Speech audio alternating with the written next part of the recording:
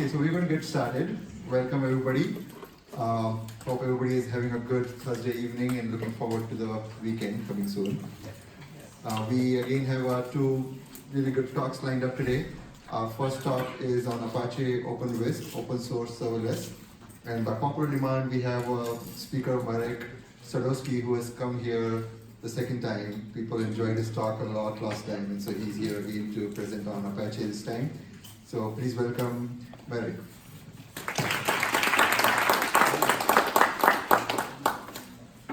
Thank you very much for inviting me again. I'm very happy to be here. I just came from Oracle Code 1, the Java shrinks. That's surprising. I started with Java some years ago. I would say in '96 I was doing a full project on server side with Java. So entire my career was with Java, frankly speaking. In '99 I was in Silicon Valley. As you can get from my San Francisco accent, I'm not from here, I'm from Poland. I moved here 5 years ago with my startup doing robotics. And when my projects didn't lift off quick enough, my wife told me, find yourself a proper job. So I started to look around how I could use various new technologies in robots. I didn't know about AI, I didn't know about cloud. And I met people who were behind, for example, Netflix, and they were bringing new robots with AI and cloud inside those robots, and I didn't understand how they are doing that. So I wanted to learn a lot, and I became a developer advocate. I started to work with various technologies, consuming cloud from mobile devices, from IoT devices, and so on. So you can find me presenting at plenty of conferences, and this talk comes directly from ApacheCon. I was having the same talk at ApacheCon, demonstrating the same things, showing a little bit of the code. So you can always try it with me. And besides what I'm doing in my free time, I'm also a scuba diver. I dove a couple times a year in this ocean. I dove plenty times in Mediterranean and Atlantic Ocean. So very exciting. And when I moved here, I didn't expect to have mountains so close. And being able to snowboard here and teach my kids to ski, it was outstanding. So that's one of the things. And what keeps me in the shape, as you know, a lot of people who are doing computer engineering, they sit entire days, and my back was hurting me so much after 3 years sitting here, because I was sitting from 6 a.m. Till evening, doing two jobs, one job developer advocate, the other one founder of the company doing robotics. I developed back pain, and I started to do martial arts after 10-year break, and I'm doing to such a level that I'm able to take part in the tournaments. But I'm always beaten up because I'm just a computer engineer. So agenda for today is serverless.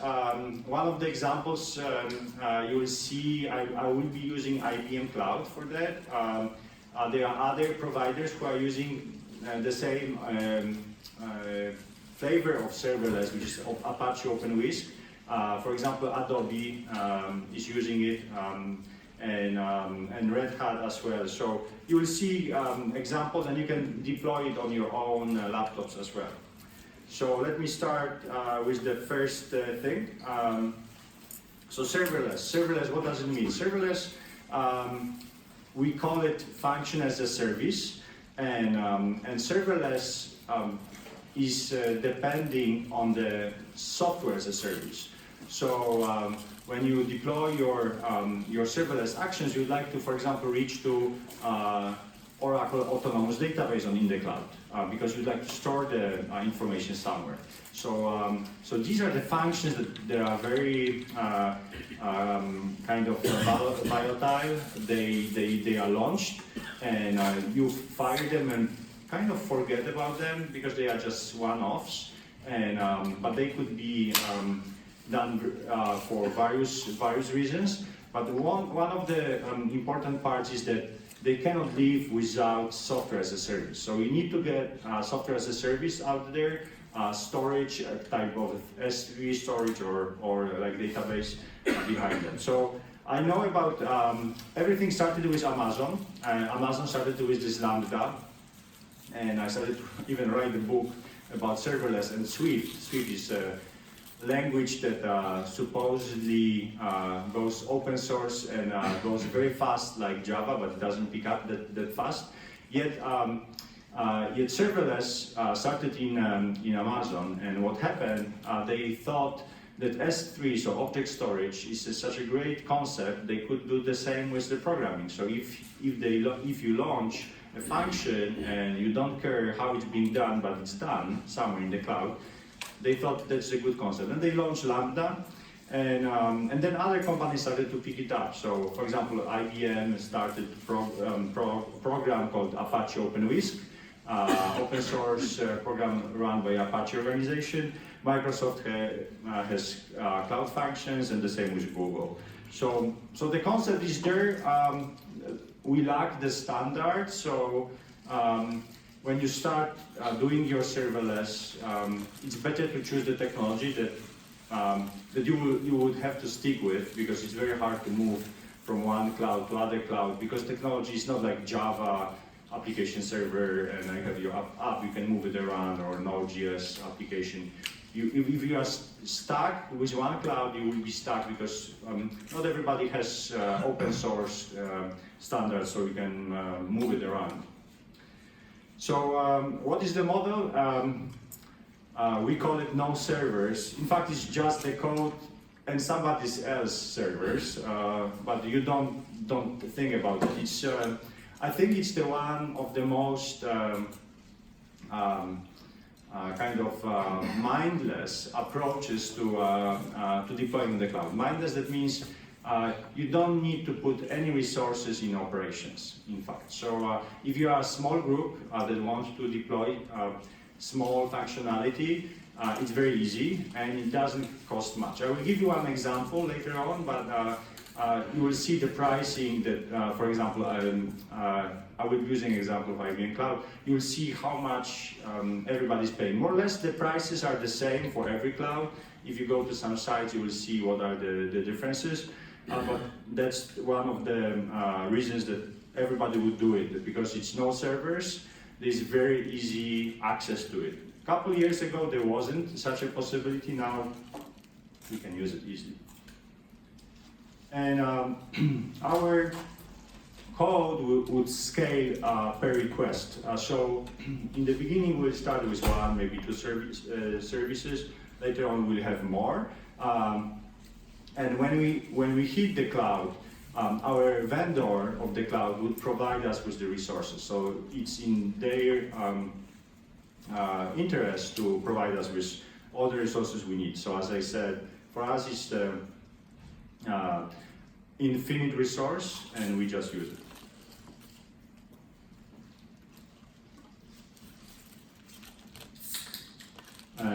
I didn't have any allergies before coming to Silicon Valley, but now my throat is throbbing.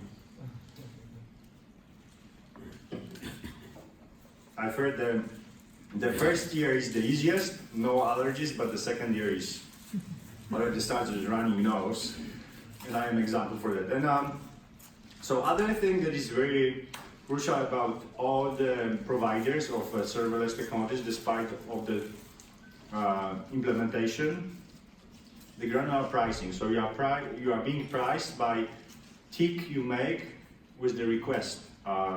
It's not by spinning services, but by heating the services. So whenever your service is hit, you are paying for that and amount of the memory you are using.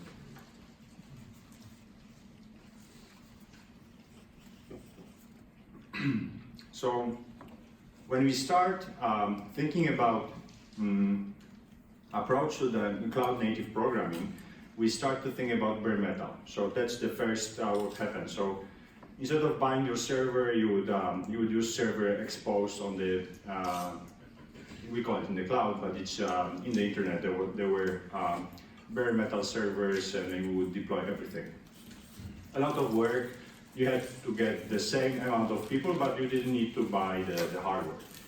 Then virtual machines came, so a little bit less of the work. You didn't need to install all the patches to the machines on the operating system. And then now we are in the phase of using containers. So containers are allowing us to deploy, write once and deploy anywhere. And we need less people, less operations for containers than for virtual machines and bare metal. And you can implement more.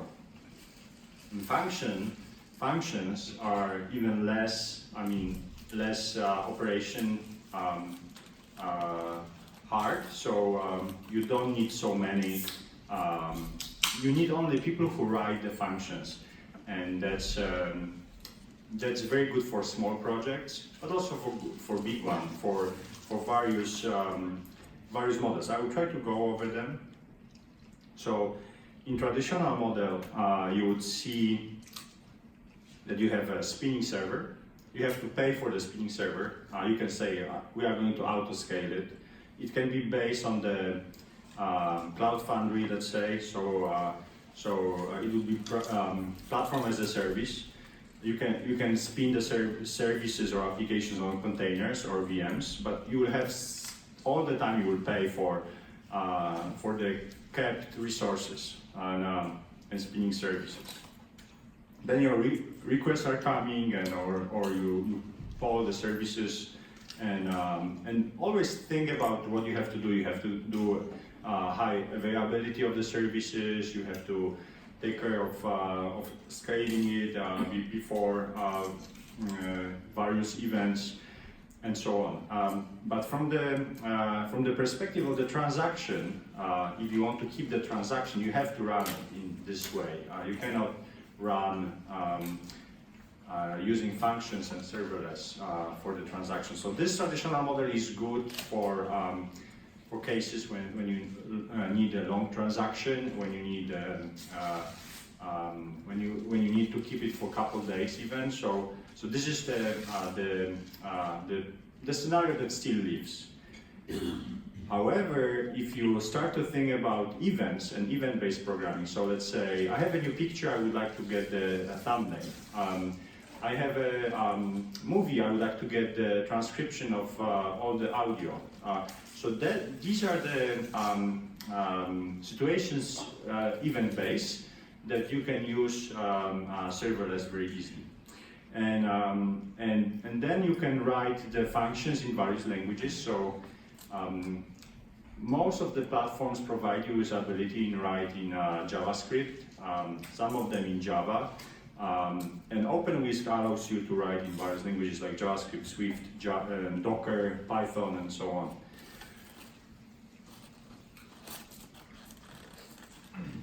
So as I said, the serverless platform executes code in response to an event. And an event can be various things. You will see it in the next slide. But let's say somebody created a new record in the database, and you are going to react to that. Or someone provided you with the message through Kafka. Kafka is a message-oriented middleware. So you get the message, and suddenly you start processing. So if you want to learn more about Apache OpenWhisk, it's one of the projects that implements a serverless approach. You can find it at openwhisk.org. And let me cover how it's being done. So first of all, you would provide feeds to our construction. So you can, for example, as I said, you can use Kafka as one of the stream feeds that provide you with the events. You can use Slack, for example, or some other programs. You can then create triggers. So if there is some change in the database or there is a message on Slack, you can create the event that is going to go into the Slack. It's going to trigger the entire process on the function. So next is when you have an event happening, you choose what action you are going to pull.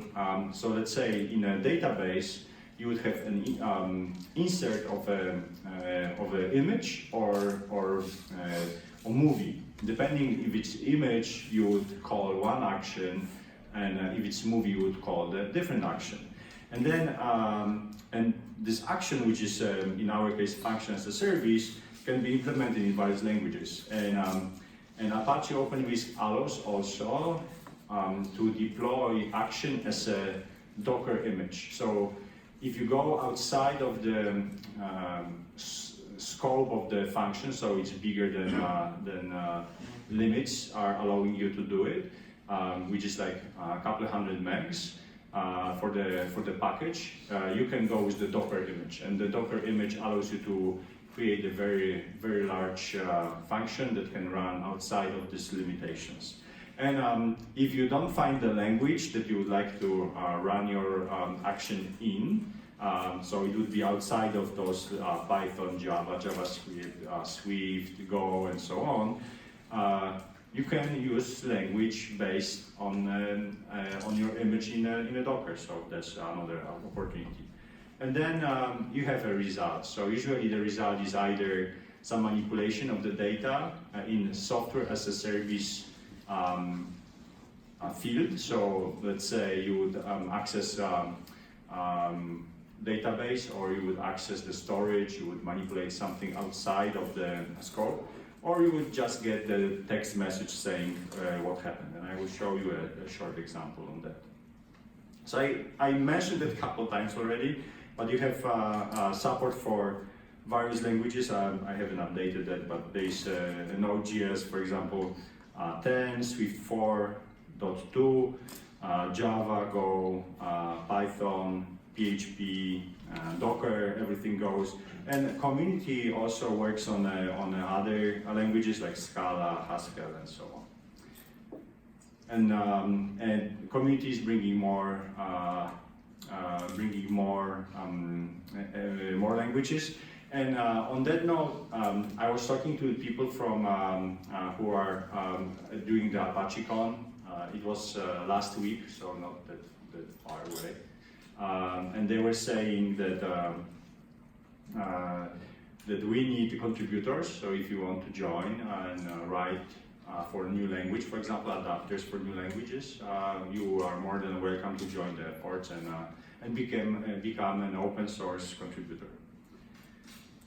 So there are various models of invocation, and you have blocking, non-blocking, or periodic. So periodic, the simplest to explain, it's like a cron.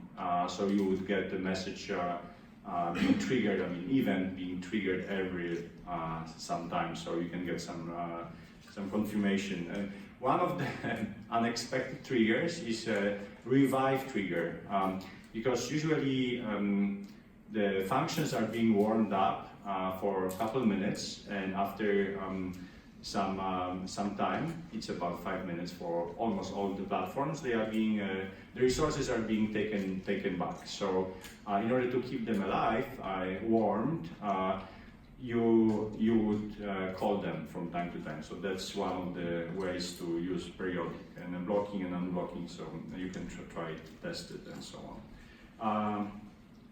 You can use various constructs, so you can create sequences of calls. So for example, one action can be called, which is going to call a chain of actions that you would have like 3 or 4 actions together. So these functions can create like a chain, and you can choose.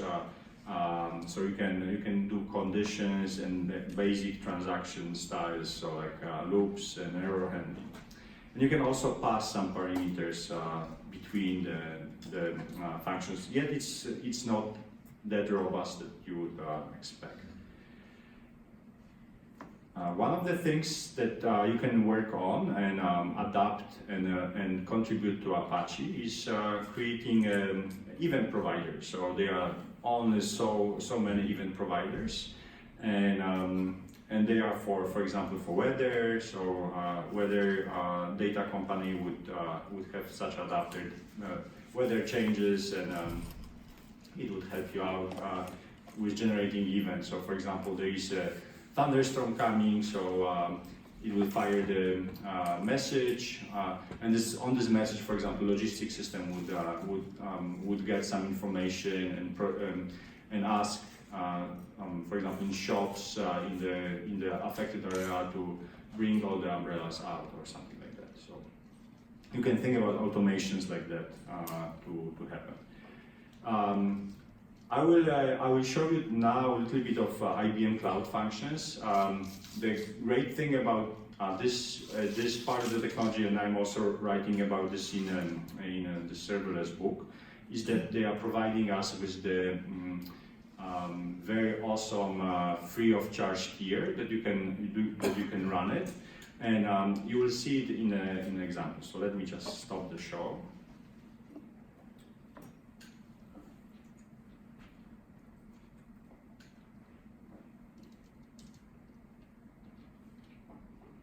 So that's my dashboard, and I will go to the functions.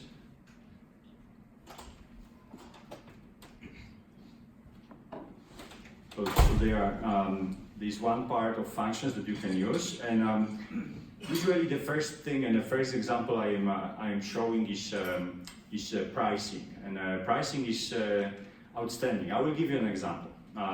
Unfortunately, I gave my son, who is 12 years old, turning 13 in October, I gave him a task of writing a game. And I told him he's going to get an iPhone, the latest, maybe not the latest one, but so I told him this 3 weeks ago, and the game is ready. And but I gave him a condition: he needs to put the game on Apple App Store. So I have some challenge in front of him. But he wrote the game in Unity, and I was like so amazed. And he asked me how to implement the global high score. So I thought about various ways to do it, but the simplest way is to keep like a record somewhere and update it with the serverless action. And why serverless action? Because when you look at the pricing, and let's say his game is going to get a lot of calls, and so we are going to get, let's say per month, he's going to get 5,000 calls. And every call is going to go into the database. Let's say we'll have a bigger request that's going to consume about 500 megabytes. Let's say it's because we are going to use some adapters, clients to the database or something like that. And the call is going to last 500 milliseconds, so half a second. And you will see that we are going to get charged 2 cents per month.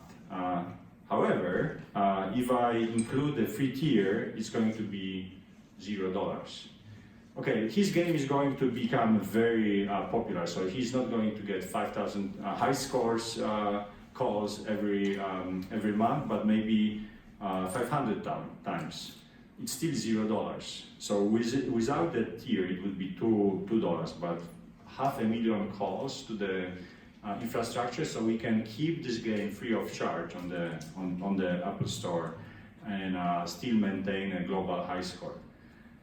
If he becomes very popular and he gets 5 million calls, then I have to pay $14 a month. But you can imagine it's such a small amount for spinning the server, having so many calls. And you can imagine you can have a different scenario. You can have some, for example, the guest service. So you would leave some information on your blog site or some other applications.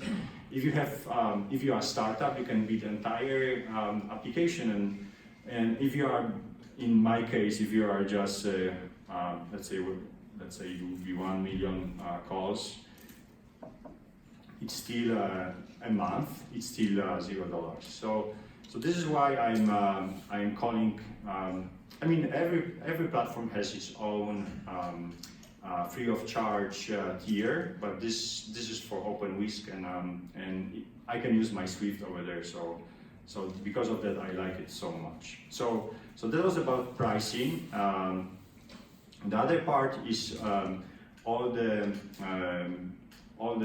elements that I was telling you about. So they will scale for your entire infrastructure. So let's say you would start to call the service, and like my son, his game becomes very popular. It's Flapping Bird. Everybody downloads it, and everybody's so happy. So he's getting rich, and I'm like, oh, that's good. But it will scale automatically. So that's you can imagine for the startup that would be or a small pizza-sized team, it would be the most important. Not to have operations guy, person responsible for the, let's say, for the operating system, person responsible for keeping everything up to date. With functions, you just write the functions, and you think about business logic and accessing the outside services. So that's very unique, and it's kind of like an ultimate way of writing event-based programming. So as I said, traditional programming has its place, and it doesn't change. You have to spin the services for the long transactions. But if you have like an unexpected thing that are going to happen, you can still use it. And they provide a couple examples, and so the basic example is always everybody's using API gateways, and I've seen the invitation for the engineers to apply for the job for the API gateway. So it's one of the things that people are working on. So API gateway is a very intriguing part of the API economy. I was giving a talk on that like 2 years ago during the API World conference. But API gateway is a very important part of the entire stack because it hides the details, the dirty details of all the tokens you are going to use, the addresses, so nobody's going to abuse you. So it's kind of a fence for you. So very important part, and you can hide, you can keep the, for example, billing on that level. So it's very important. And then you have functions, and this is OpenWhisk in a commercial platform of IBM, but it's based on the OpenWhisk. So, and they are hitting in this example, they are hitting a NoSQL database. And I was joking before about that I woke up, so I started my startup, started my startup early 2004, but I left corporations 2011 when I got investment, and that was the condition on which I would go. Condition was for me to leave the corporation in order to get the investments. I left, and I left the IT world, and it was SQL-based world without clouds and so on. 2010, 2011, more or less, you can imagine that was kind of state in Europe. And I came here in 2014, and I looked in what is IT about, and I was so shocked. I had to relearn everything. I was like, what happened? Just 3 years, and everything is upside down. Mobile backend. So what is a mobile backend? When you are, let's say, iOS developer or a Java developer for Android, and you would like to expand your application beyond your device, maybe a function as a service, so serverless backend is the perfect way. Because you would maybe ask for some information, but maybe they are not that important to keep like all the time connectivity. Maybe it's just give me some information about this picture. So let's say you would take a picture, and you would get the tagging from the AI service, what is on the picture. Maybe it's or default information about, let's say, a song or something. So this is kind of intriguing way, and the functions can spin and call notifications. So it's also a way to use it. Another way is, as I said, you can have a service that generates events, and it can be, let's say, from event to event, so not too often, or you would have a lot of information you need to do. So let's say every Friday you would bring a lot of stack of the movies that needs to be analyzed, and you would stack them for the functions, and you don't care how fast it's going to be done, but because of the cloud, it can be done almost like in parallel, because you don't care how the cloud is picking it up. They would just process all the records, and it would create events, and every event would enrich your movie. And one of the aspects they are saying, you can enrich the movies with AI services. And how it's done, it's done in such. I will give you an example later on. It's called Dark Vision, a small project of a colleague of mine from France. So one of the ways is to analyze what is happening in the movie, what is on every other picture. Maybe not every other picture, but because you would analyze maybe too many, and that's expensive. But if you analyze every second of the 10 minutes movie of my son, you don't need to watch it. Maybe it's just my son speaking something. But if you have any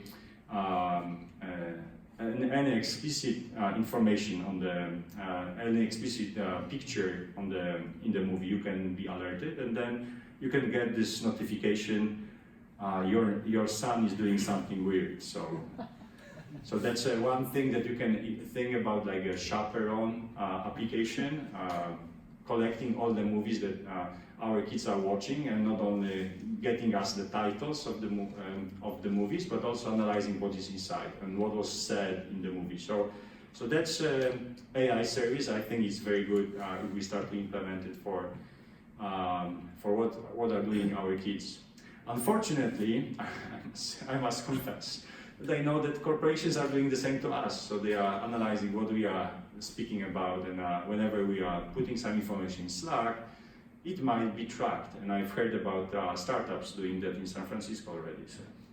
So just they are tracking if our moods are okay or not. So. And so another thing is probably you have seen it already with Alexa and all these IoT devices. You can turn on and turn off things, and you have buttons. I don't recollect if it's button or something, but Amazon is offering you these buttons that you can press and something happens. And for example, you order Tide. I think there was a Tide button. Yeah. So these buttons are like IoT devices, and you can turn on, turn off the light. It goes maybe different way because you emit a sound to the Alexa. Alexa hears that, and you have skill that is sending a function to your, or maybe just a message. But it's one of the ways to do it. So. And the other thing is that IBM, for example, over here is consuming Kafka, but that's also, as I told you, it's an adapter that is available from Apache OpenWhisk. So Kafka is a message-oriented middleware. Is there for streams, and you can just consume events in a byte form even so. And there are various scenarios. I told you, one of the things that periodic alarms are being used for, as I told you, it's tricking the function as a service engine, because every 5 minutes, if service is not being used, it's going to the relaxed state. And the relaxed state, let me explain you what is the situation. So if we go to if we want to create a service, I will give you 2 examples. So one of the services, very simple, hello world. You can use command line interface, but this is so much nicer if it works. Let me see.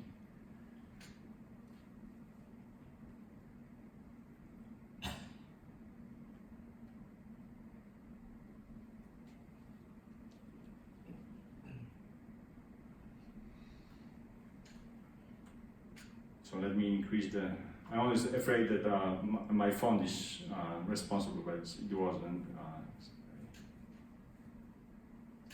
So I will call it East Bay Cloud Native Hello World, and we can choose couple of the languages for this example.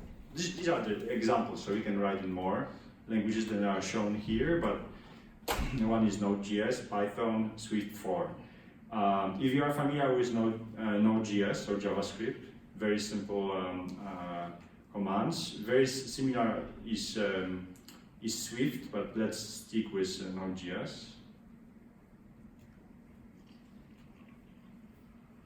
In Node.js, you would not see a lot of delay and warming up, but you will see it in Swift. So I will show you two times, one in Swift and one in Node.js. So that's a very simple, just increase the size. So very simple function. Every time the function is being called, the action is being called, it passes the parameters, and if parameters in a form of JSON, if parameters are having a name, so it would say a name. If not, it will say hello stranger. So I'm not putting any input. So if I invoke, it gives us response after 39 milliseconds. So there is some always some container ready for you, so you would get such information. So I can try to run it once more. So 2 milliseconds. So it took now my container is warmed up and it takes just 2 milliseconds. So now if I change the input and I will say, so my name is Marek. And now if I invoke it, after 4 milliseconds I will get a response. So that's how easy it is to deploy the function. Of course, it's a very simple function. We could use an example for Python that consumes, for example, the visual recognition and returns all the tags about what is on the picture. But that would be the very similar way of doing that. But as you see, the responses are very fast. 4 milliseconds, 2 milliseconds. The first response was about 36, if I remember, 39 milliseconds, so 40 milliseconds. So very fast. I would say as fast as responses from Redis database. So very, very quick. And there was some processing happening, but for us it's nice. However, the Java or Swift require time to boot up the Java virtual machine or Swift Swift libraries. So let me show you the example with those guys. So if I start again, start creating, and I will go for the same quick start templates, and I will use package, and now I will say Swift for East Bay. Assume. I was sneezing today like 10 times, and my daughter was laughing because I was walking her back home, and I don't know, the allergies are hitting here. So so Swift, I will use Swift now. You will see not too many things change. It's just a little bit different, but more or less. Python. I'm so sorry. Please forgive me. I was like, I don't recognize this. So this is in Swift. So with the promise, so now we can deploy.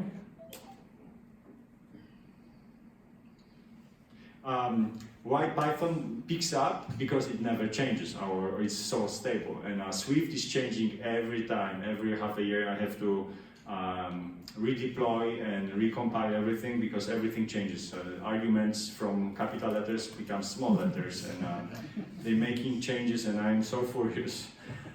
And the examples I can find on the internet, they are always never working because they were written in half a year older library. So So now, even if I put over here the name,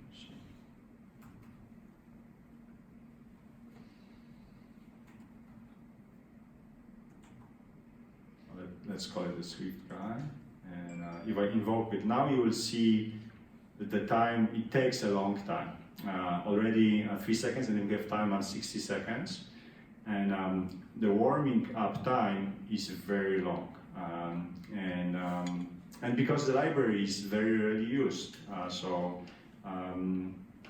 But also it takes the time. Probably the same would happen with Java, maybe a little bit shorter. But it takes the time, so.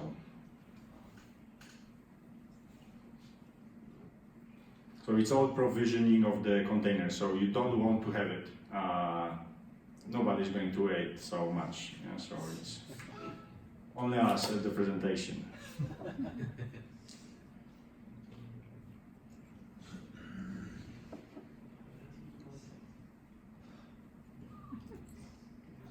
And we will hit the timeout. Usually I'm hitting timeout, so. The same happened for me at the ApacheCon, but that's reality. So if you run something with the, so they probably there was timeout already in the system. So so now if I run it again, it will be faster. So 2 milliseconds. But so now after 5 minutes, the resources will be taken away. Again, so I will have to wait another another 50 seconds. So you have to kind of call it. If you, yes, question. So that took 50 seconds, but that says 3341 milliseconds. Yes, so I think the timeout happened because they lost the connection. It was such a long time, so it just brought it. Usually when I reload, it will show it earlier. But I'm trying to show you how it looks like for the user. So if you create another Swift function, does it take the same amount of time, or does it reuse that container? we can check it out. So let me. So now when I let me first change input. You will see hello Swift person.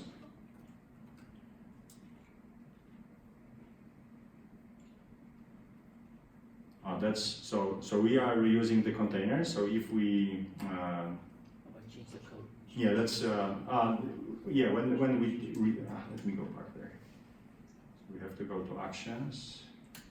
You will see how many actions I have.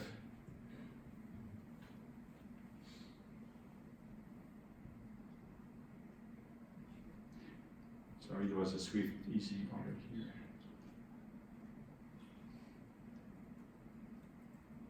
So I was here before, so it's easy, but let's change it.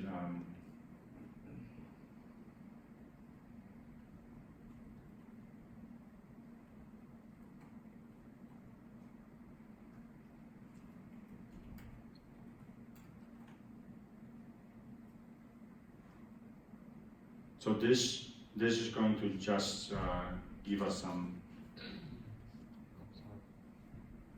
So it's a compiling time as well. So. Is there a warm standby that you can kind of? Yes, that's a very good question. So how to avoid situation like that? So what you can do, you can pre-warm the package, and what you would do? There is a recipe. I'm going to describe it in a book, but also in my blog post soon, because we are going to show how you can do it. You package, and it's very well described in blog posts around Apache OpenWhisk.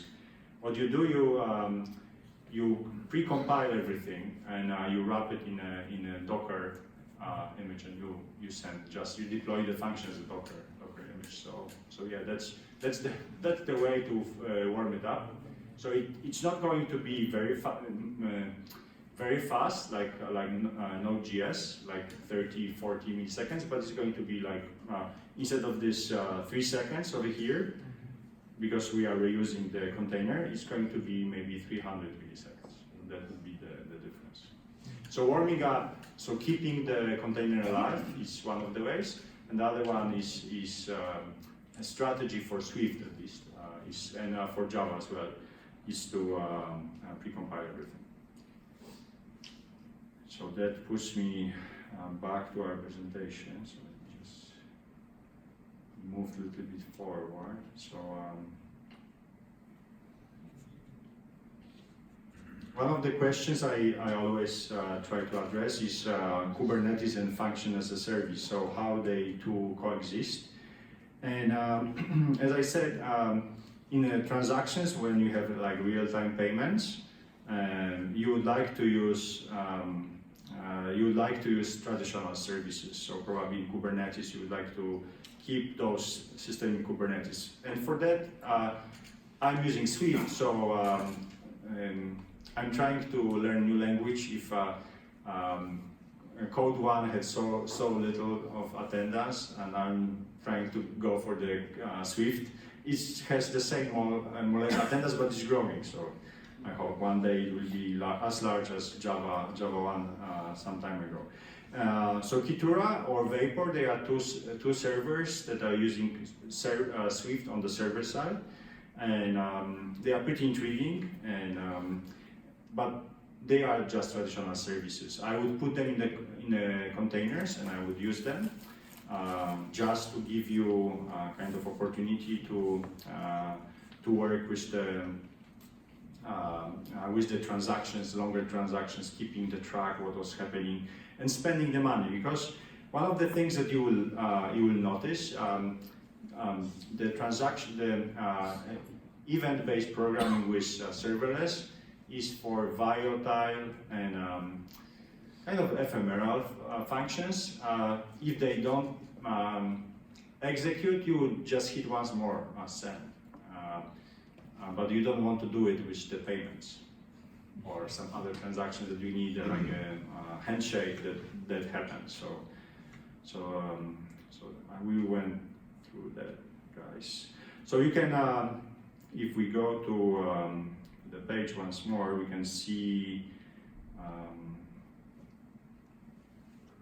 We can see the monitoring of the APIs.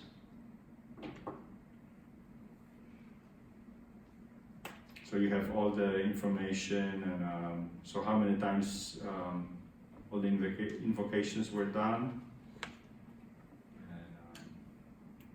And you have more logs, which I think Grafana over here.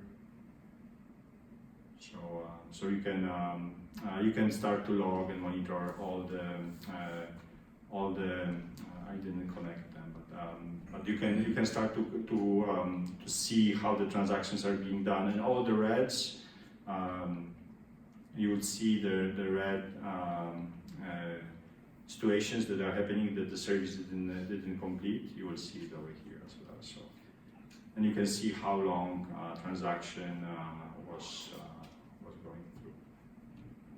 So we went through the examples. I tried to go through that as well, and I have one more live example. I told you about analyzing video. So my son, I think it was he's in 7th grade. He started in 4th or 3rd grade. He started to do video blogging, and he.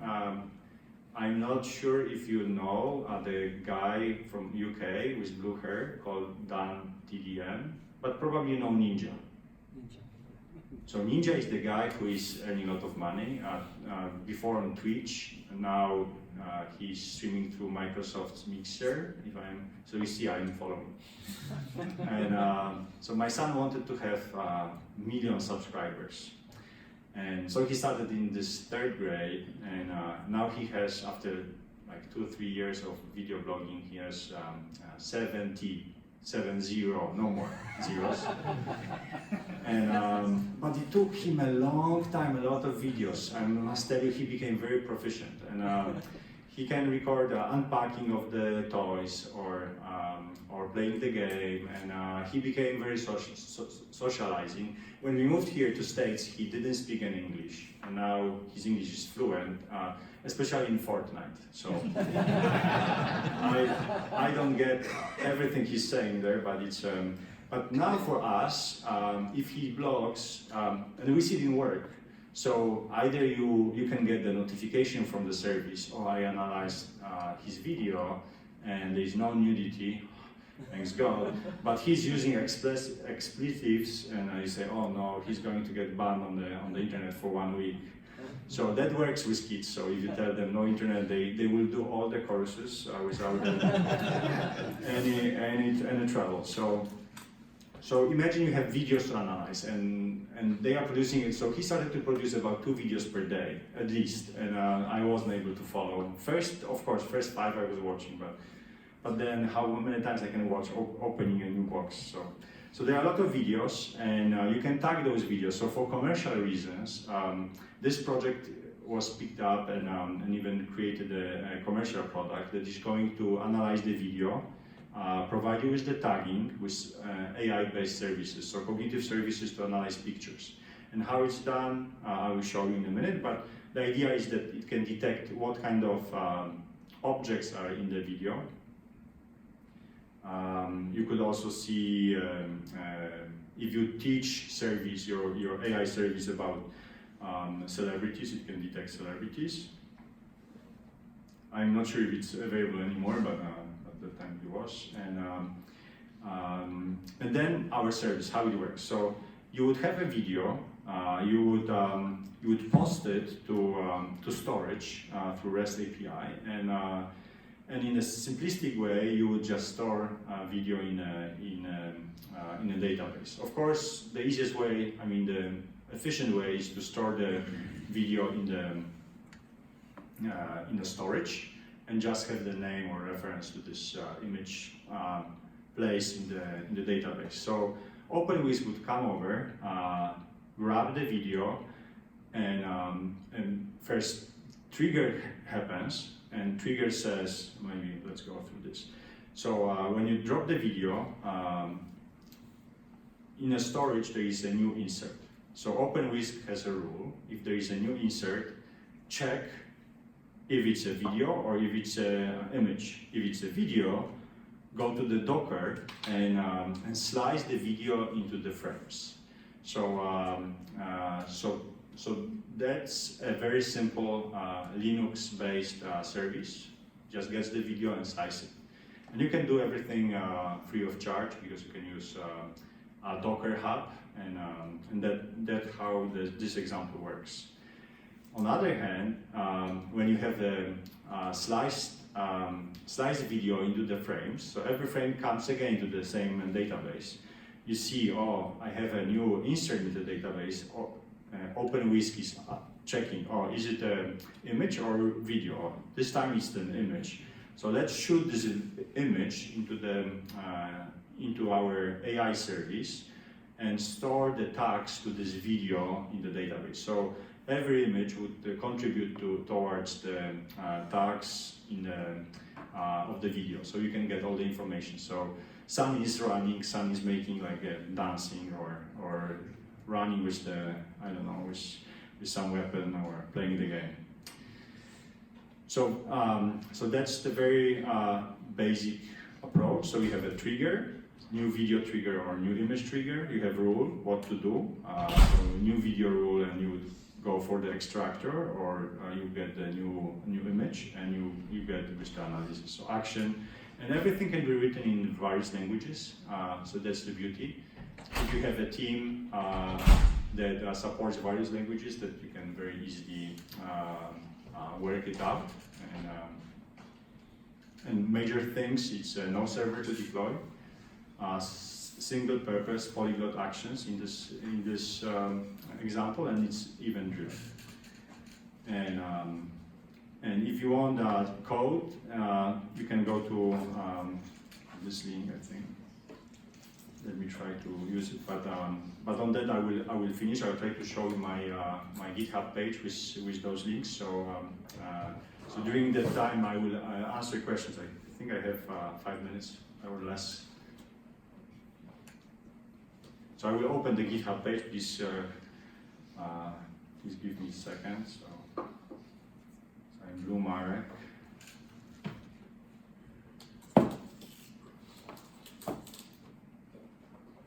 So that's my library of various projects, and one is AI visual recognition in 10 minutes or under, but one is serverless one-on-one OpenWhisk. And so this is introduction, and this presentation was also here. Just excuse me for the small phone. But you will see examples how you can, for example, work with the Java. So very simple process, and you can use it from your terminal. And the example to I think I had this video, check dark vision up, so it was here. So entire code is open source, so you can deploy it, or you can analyze it, or use it on your platform. Concerning Red Hat, Red Hat has a project template using Red Hat style Kubernetes, which is called OpenShift, and you can deploy it in a Minishift. And I've seen a Red Hat employee on the video, not in person, that was using it, and he could use it on his laptop. So if you have powerful laptop that can run a couple containers, and using Minishift, you can deploy entire infrastructure. Question? So how do you usually debug the serverless function? Serverless functions are leaving you with the logs, so you can see some logs. So the basic approach would be just split the comments and log files. But also you can go to this tool that is posting the monitoring service, so it would tell you if something broke or not. Will it tell you which line is it, or do you depend on the logging? Yeah, I would. So we need contributors to Apache OpenWhisk. It's not as good as Lambda, but it's getting there. So Amazon Lambda is at the cutting edge at the moment. So we try to develop it as well. So most of the cloud companies do have these functions available, right? Serverless functions available, but what's the advantage of going with OpenWhisk? Is there sort of some advantage that you can see? So in my book, I'm writing the book with my colleague Leonard Franzel. We both met here in Silicon Valley. He's from Sweden, across the pond, as we used to say, from Poland, because it's like a small sea over there. And I've been to his hometown in 1990, picking strawberries. So I came there before my university time to earn money for that. So we are writing the book together, and in the book we are kind of discussing why we are using OpenWhisk versus, let's say, Lambda. So for us, the choice was the publisher who wanted to get Swift, and Swift is available only with OpenWhisk at the moment. Apache projects gives you the ability that you can use it at least at Adobe Cloud or IBM Cloud. So if Oracle Cloud picks up OpenWhisk as a project to be deployed in a function space, that would give you the third company. So it's open source, and you can run it in your own cluster. There is a project called Knative that is the project supports serverless. So you can deploy it in any cloud that supports Kubernetes. So any cloud really you can move it. So that would be only reason not to get attached, for example, to Lambda. And imagine how it was hot for people in using AWS when, for example, from retail space. So if you are Target or Walmart, suddenly Amazon buys this very sexy Whole Foods, and now you are head-to-head competition. So it's you would like to move entire IT out of your competitors. So this keeps it open. It's open, so you can move it into any cloud. So that would be the only reason, I think. And besides, it's a cool thing to support open source. Okay. So on that I will finish. Thank you very much for having me here.